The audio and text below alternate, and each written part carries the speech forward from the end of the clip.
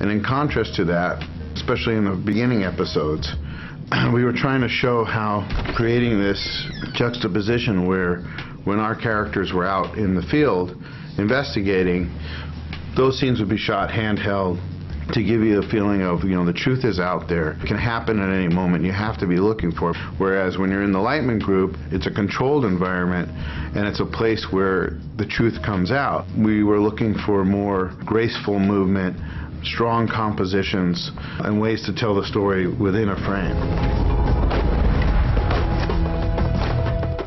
The story of Moral Waiver was actually based in an article that was all about this phenomenon of command rape, of women in the military who had faced demands for sex from their superior officers.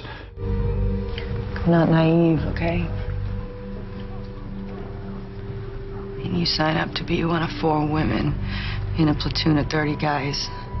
Guys who aren't going to see another woman for 6 months. Well, like they say in Girl Scouts, be prepared. These officers are responsible for their lives. If they say, no, I'm not going to sleep with you, this officer could send them, out into the line of fire. No. Look, they had nothing to do with it. It was my idea. Sergeant Scott didn't rape you? No, he didn't. Take Specialist Lake into custody.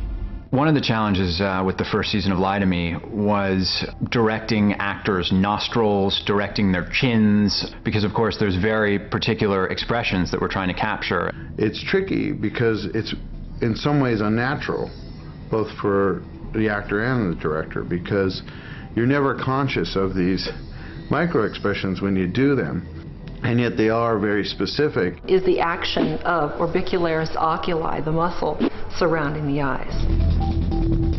One of the great things about the show is because we're not a cop show or a doctor show or a lawyer show, it opens up the field to us as far as the types of cases we can think. And we're very into telling stories where it's not necessarily a good guy and a bad guy, but shades of gray. And as a writer, I think that's what you look for. You look to be able to write arguments between characters where both people are at least marginally right, and yet completely opposed to each other in their perspective. And so one of the questions the show deals with is when you know the truth about somebody, what do you do with that information? If I know something about my brother or my best friend or my wife that she didn't tell me, but that I've picked up through her face and body and voice and speech, what do I do with that information? Do I trade on it? Do I not trade on it? And so Dr. Foster and Dr. Lightman have a very explicit rule, as we find out in the first season. You and Foster have rules? If there's something she wants to tell me, she will. Everything else I see, I ignore. Life is Priceless was a big episode, and it was a real departure for us. We were trying to tell a story, that had life or death stakes and tremendous urgency, and to show that this skill set of being able to detect lies has a wide application. We are at a disaster site being overseen, can I say that? We're at a disaster site overseen by FEMA, and our stars are trying to investigate the cause of this disaster. This is the money shot. This is everybody. Special effects, fire and rescue, stunts, you name it. So just so everybody knows, guys, a safe place for everybody to watch is back beyond the video village by the fire truck. Nobody should come anywhere near this set. We're going to go in, we're going to start loading gasoline at that point too, and now starting. No smoking on this set anywhere, not even near craft service. Nobody come into this area. It's going to be hot. Even back there, you guys are going to feel the heat from this.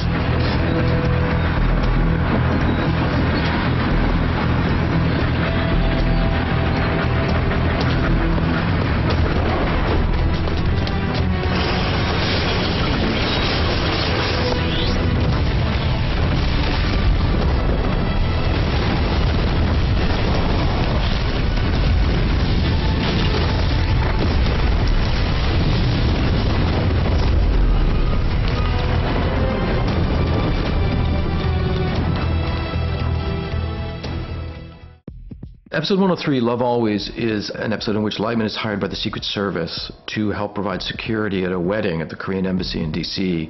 because they received information that an assassin will attempt to kill the Korean ambassador.